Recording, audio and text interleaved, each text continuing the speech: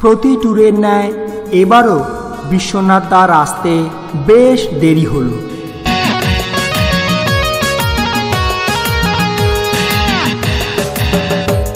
রবীন্দার strict budget, তাই শক্তিগড়ের ল্যাংচাপনে একটার বেশি ল্যাংচা আমাদের বরাদ্দ হয়নি।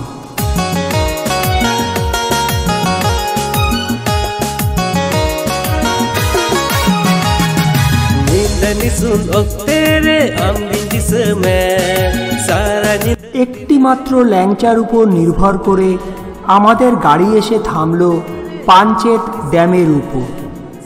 ভারতবর্ষের তৎকালীন প্রধানমন্ত্রী জওহরলাল নেহেরু দামোদর নদীর উপর এই পাঞ্চেত ড্যামটি উদ্বোধন করেছিলেন 1959 সালে।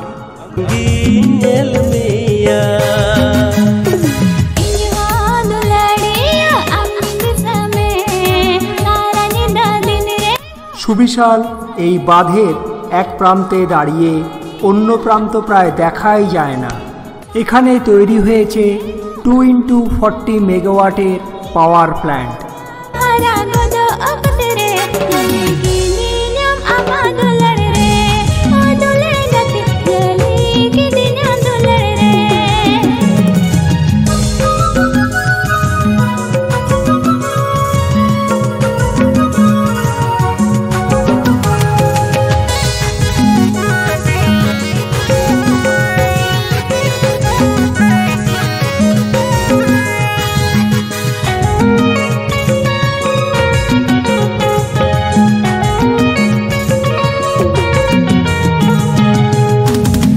পাঞ্চেত ড্যামের শেষে বাজেটে 1 কাপ চা স্যাংশন হলো। অগত্যা এতেই সন্তুষ্ট থাকতে হবে।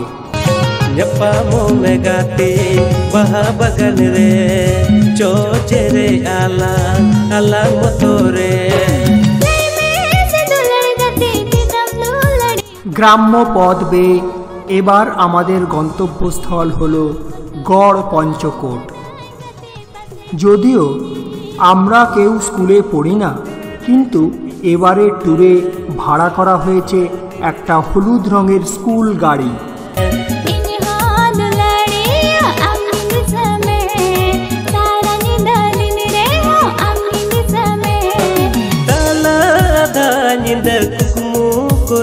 ষোলোশো খ্রিস্টাব্দের বিষ্ণুপুরের মল্ল রাজবংশের স্বনামধন্য রাজা বীর হাম্বিরের অধীনে আসে গড় পঞ্চকোট।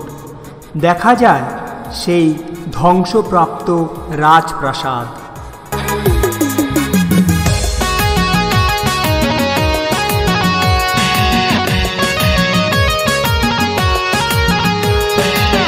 পাঁচটি আঞ্চলিক উপজাতির অন্তর্ভুক্ত হওয়ায় এই জায়গাটির নাম হয় পঞ্চকোট।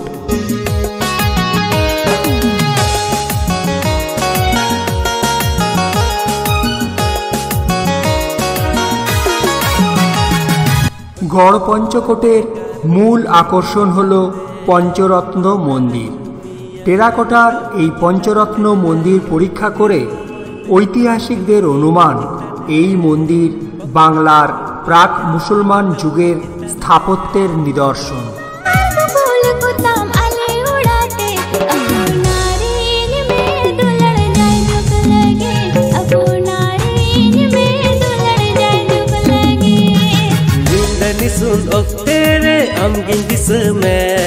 सारा नींद दिन रे हो अमगिन दिस में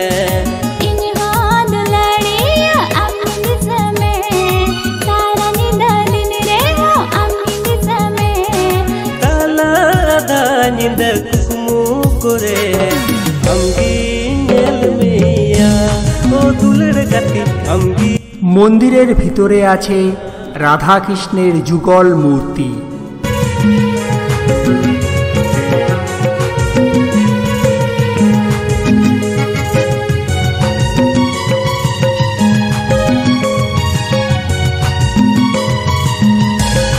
বিশ্ববিখ্যাত কবি মাইকেল মধুসূদন দত্ত 1872 সালে অল্প দিনের জন্য এই রাজ্যে ম্যানেজার হিসাবে কাজ করেছিলেন।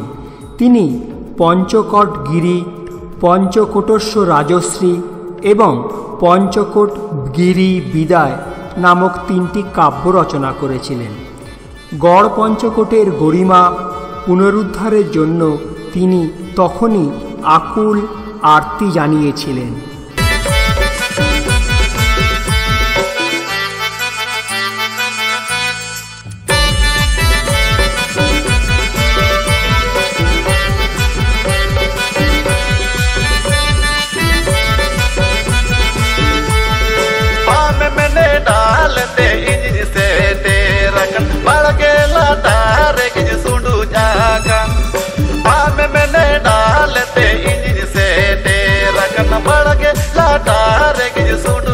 অজিতদাকে দেখলাম গায়ের জোর দিয়ে আলু মাখছে, কিন্তু আমাদের দেখাই সার, ভাগে পেলাম না।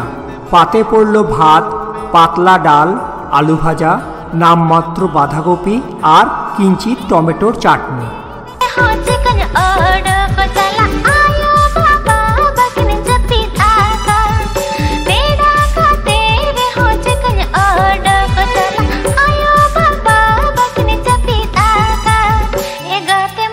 গাড়ি ছাড়ল।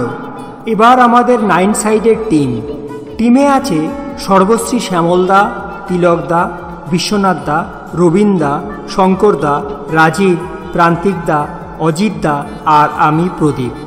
গাড়ির সারথি হল পার্থদা।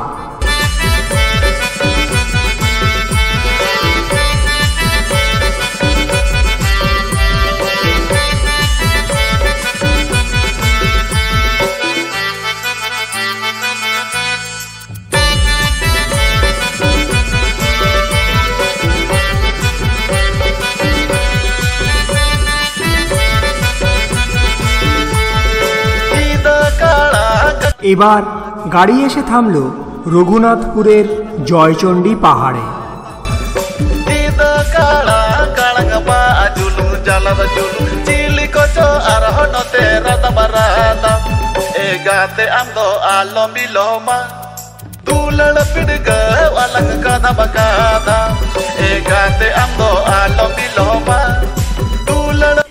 একটা পাহাড়ের মাথায় পতাকা উঠছে, আর ওই পাহাড়টাতেই আছে জয়চণ্ডী মাতার মন্দির। প্রায় 500টি সিঁড়ি ভেঙে ওই মন্দিরে পৌঁছানো যায়, কিন্তু সারাদিন নিরামিষ খাবার খেয়ে ইচ্ছে থাকলেও ওই 500 সিঁড়ি ভেঙে মন্দির দেখার স্বাদ কারোরই হলো না।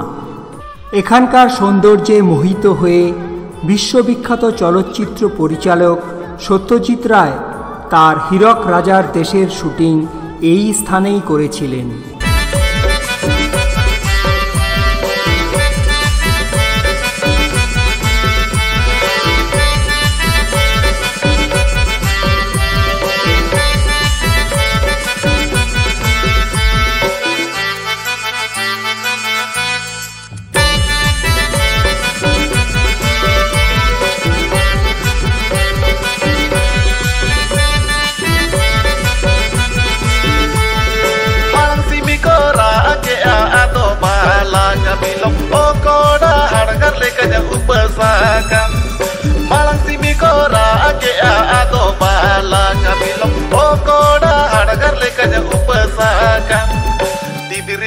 নিরামিষ খাবার আর কতক্ষণই বা পেটে থাকে, গাড়ির দুলুনিতে সবই হজম।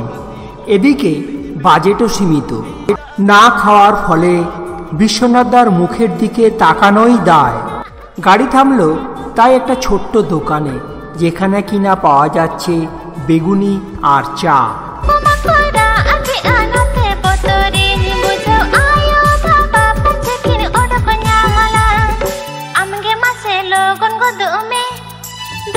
গাড়ি ছাড়ল। এবার স্ট্রিক্ট ইনস্ট্রাকশন, আর কোনো খাবার নয়। গাড়ি সোজা গিয়ে থামবে অযোধ্যা পাহাড়ে আমাদের নির্ধারিত গেস্ট হাউসে।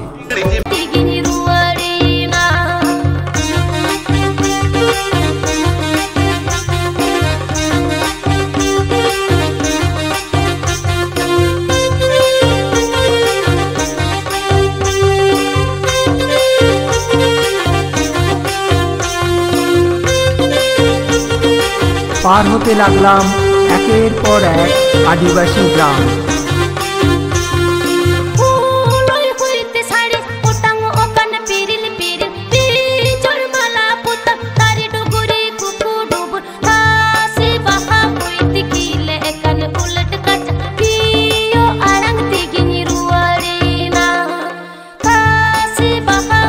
গ্রাম ছাড়িয়ে দূরে পাহাড়ের দিকে এগিয়ে চললাম। চোখে পড়ল আদিবাসী মেয়েরা মাথায় করে গাছের পাতা নিয়ে চলেছে। দুপাশে লম্বা লম্বা ঝোপ আর মাঝখানে সরু রাস্তা।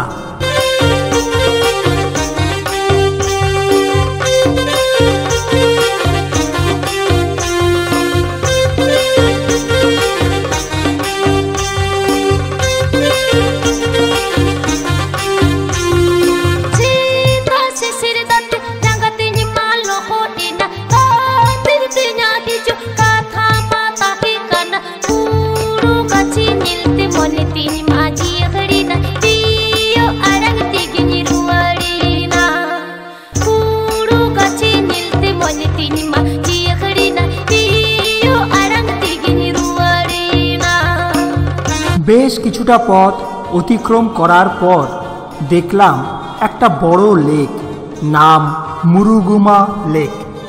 অযোধ্যা পাহাড় থেকে নেমে আসা সাহারজোর নদীর জলকে বাদ দিয়ে এখানে এক বৃত্তাকার লেকের সৃষ্টি হয়েছে। রয়েছে প্রায় 1 কিলোমিটার লম্বা বাঁধ। লেকের 3 দিকেই পাহাড়। আমাদের গাড়ি এগিয়ে চলল সেই বাঁধের উপর দিয়েই।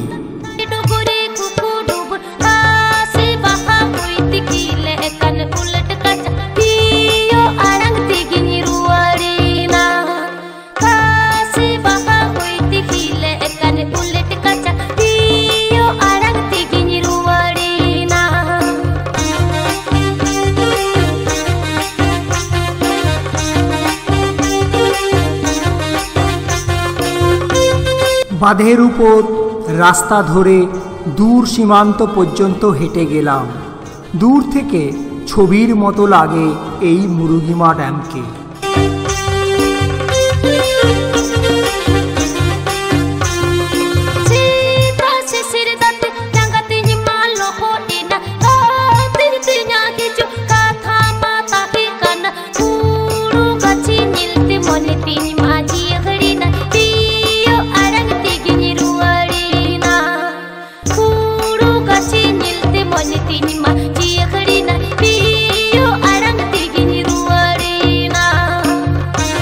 আবার গাড়িতে উঠলাম, নেমে পড়লাম এই মুরুগুমা ড্যামেরই নিকটবর্তী এক রিসোর্টে।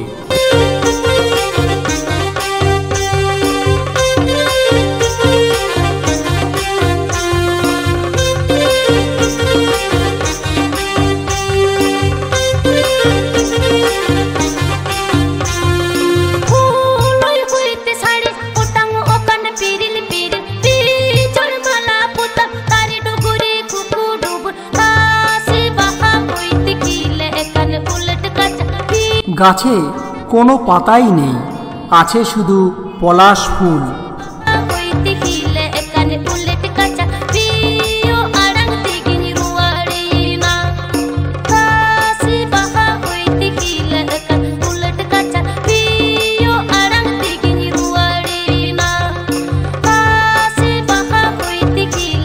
এবার মুরুগুমা ড্যামকে ডান দিকে রেখে আমরা এগিয়ে চললাম বেগুন কোদরের দিকে।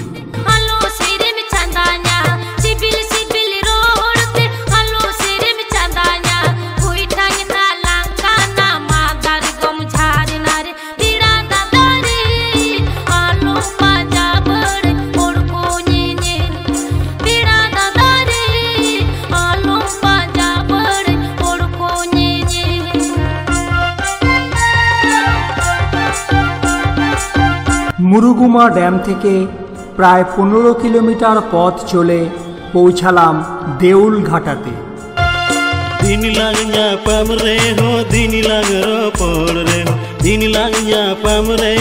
অফুরন্ত প্রাকৃতিক শোভার মধ্যে পুরুলিয়ার নীরব সাক্ষী হল দেউলঘাটা। পাশেই চলেছে কংসাবতী নদী। অনেকগুলো রেকদেউলের মধ্যে বর্তমানে দুটো রেকদেউলই মাত্র অবশিষ্ট আছে। মন্দিরগুলি একটানা লম্বা ও খাড়ায় এর শীর্ষভাগ। প্রবেশদ্বারগুলো সরু আর ত্রিভুজাকৃতি। টেরাকোটার লাল মন্দির গাত্রে সাদা চুনের পুরু আস্তরণে স্টাকোর অলঙ্করণ এখনও উজ্জ্বল। মন্দিরগুলির বয়স প্রায় 2000 বছর।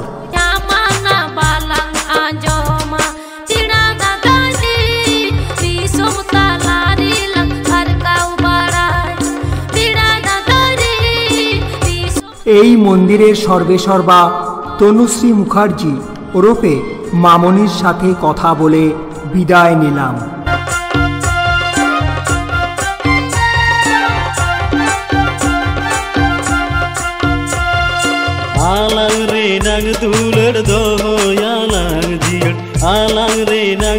রঘুনাথপুরের কাছে আসতেই প্রায় 2টো বেজে গেল। গাড়ি থামল পথের সাথীতে। এখানেই আমাদের লাঞ্চ সারতে হবে। লাঞ্চের মেনু হলো ভাত, ডাল, পোস্ত বড়া আর ডিমের ঝোল।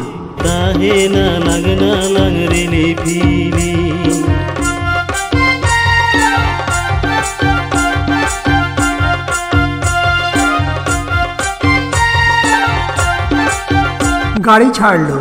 পাড়ি দিতে হবে এখনো প্রায় 300 কিলোমিটার পথ। মাঝে গাড়ি একবারই থামবে টি ব্রেকের জন্য।